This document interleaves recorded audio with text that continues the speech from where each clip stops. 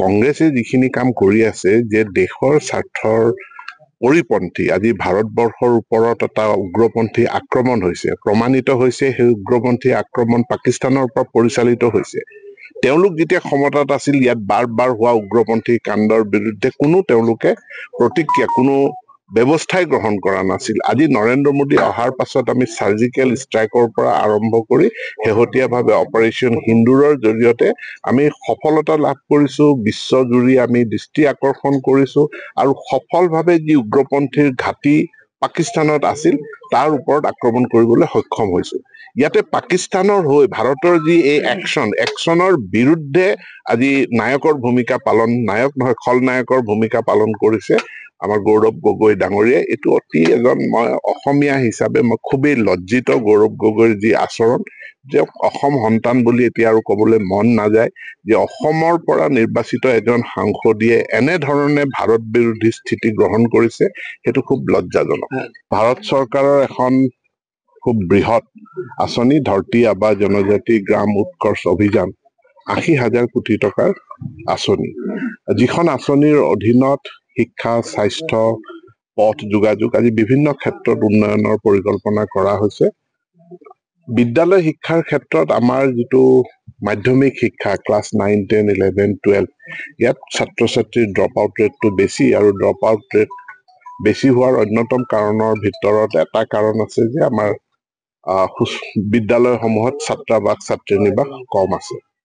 এই আঁচনিখনৰ অধীনত গোটেই ভাৰতবৰ্ষত 1000 জনজাতীয় ছাত্ৰাবাস ছাত্ৰীনিবাস নিৰ্মাণৰ সিদ্ধান্ত হৈছে, আৰু এইটো খুবেই সৌভাগ্যৰ কথা যে 1000টা হোষ্টেলৰ ভিতৰত অসমে 209টা হোষ্টেল লাভ কৰিছে। আজি মাননীয় শিক্ষামন্ত্ৰী ধৰ্মেন্দ্ৰ প্ৰধান ডাঙৰীয়াই দিল্লীত অনুষ্ঠিত হোৱা অখিল ভাৰতীয় শিক্ষা সমাগম যিটো NEP 2020 মানে ৫ম বৰ্ষপূৰ্তি অনুষ্ঠান, দিল্লীৰ পৰাই তেওঁ অসমত ভাৰতবৰ্ষত আজি 309টা এনে হোষ্টেলৰ আধাৰশিলা ভাৰ্চুৱেলি তেওঁ স্থাপন কৰে।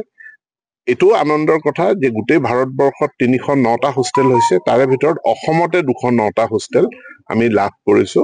আৰু ধেমাজি জিলা হিচাপে ধেমাজি জিলাখনত 31টা এনেকুৱা ছাত্ৰাবাস নিৰ্মাণ হ'ব, আৰু এই ছাত্ৰাবাস সমূহে পিছপৰা অঞ্চলৰ দুৰ্গম অঞ্চলৰ পৰা অহা ছাত্ৰ ছাত্ৰীসকলক বিদ্যালয় শিক্ষা লাভ কৰাত যথেষ্ট সহায়ক হ'ব। কংগ্ৰেছে যিখিনি কাম কৰি আছে যে দেশৰ স্বাৰ্থৰ পৰিপন্থী আজি ভাৰতবৰ্ষৰ ওপৰত এটা উগ্ৰপন্থী আক্ৰমণ হৈছে, প্ৰমাণিত হৈছে সেই উগ্ৰপন্থী আক্ৰমণ পাকিস্তানৰ পৰা পৰিচালিত হৈছে।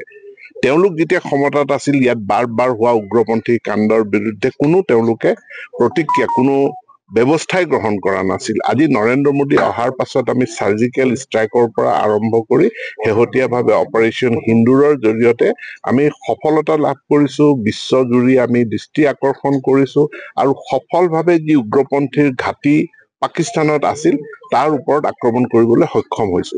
ইয়াতে পাকিস্তানৰ হৈ ভাৰতৰ যি এই একশ্যনৰ বিৰুদ্ধে আজি খলনায়কৰ ভূমিকা পালন কৰিছে আমাৰ গৌৰৱ গগৈ ডাঙৰীয়াই। এইটো অতি মই অসমীয়া হিচাপে মই খুবেই লজ্জিত গৌৰৱ গগৈৰ যি আচৰণ, যে অসম সন্তান বুলি এতিয়া আৰু কবলৈ মন নাযায় যে অসমৰ পৰা নিৰ্বাচিত এজন সাংসদীয়ে এনেধৰণে ভাৰত বিৰোধী স্থিতি গ্ৰহণ কৰিছে, সেইটো খুব লজ্জাজনক। ভাৰত চৰকাৰৰ এখন খুব বৃহৎ আঁচনি ধৰতী আবা জনজাতি গ্ৰাম উৎকৰ্ষ অভিযান ৮০,০০০ কোটি টকাৰ আঁচনি, যিখন আঁচনিৰ অধীনত শিক্ষা, স্বাস্থ্য, পথ যোগাযোগ আদি বিভিন্ন ক্ষেত্ৰত উন্নয়নৰ পৰিকল্পনা কৰা হৈছে। বিদ্যালয় শিক্ষাৰ ক্ষেত্ৰত আমাৰ যিটো মাধ্যমিক শিক্ষা ক্লাছ 9, 10, 11, 12 ইয়াত ছাত্ৰ ছাত্ৰীৰ ড্ৰপ আউট ৰেটটো বেছি, আৰু ড্ৰপ আউট ৰেট বেছি হোৱাৰ অন্যতম কাৰণৰ ভিতৰত এটা কাৰণ আছে যে আমাৰ বিদ্যালয়সমূহত ছাত্ৰাবাস ছাত্ৰীনিবাস কম আছে। এই আঁচনিখনৰ অধীনত গোটেই ভাৰতবৰ্ষত 1000 জনজাতীয় ছাত্ৰাবাস ছাত্ৰীনিবাস নিৰ্মাণৰ সিদ্ধান্ত হৈছে, আৰু এইটো খুবেই সৌভাগ্যৰ কথা যে 1000টা হোষ্টেলৰ ভিতৰত অসমে 209টা হোষ্টেল লাভ কৰিছে।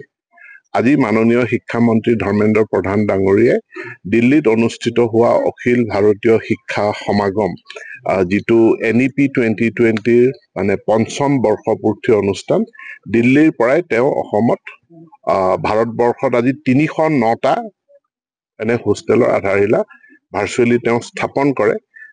এইটোও আনন্দৰ কথা যে গোটেই ভাৰতবৰ্ষত ৩০৯টা হোষ্টেল হৈছে, তাৰে ভিতৰত অসমতে ২০৯টা হোষ্টেল আমি লাভ কৰিছো। আৰু ধেমাজি জিলা হিচাপে ধেমাজি জিলাখনত ৩১টা এনেকুৱা ছাত্ৰাবাস নিৰ্মাণ হ'ব আৰু এই ছাত্ৰাবাসসমূহে পিছপৰা অঞ্চলৰ দুৰ্গম অঞ্চলৰ পৰা অহা ছাত্ৰ ছাত্ৰীসকলক বিদ্যালয় শিক্ষা লাভ কৰাত যথেষ্ট সহায়ক হ'ব।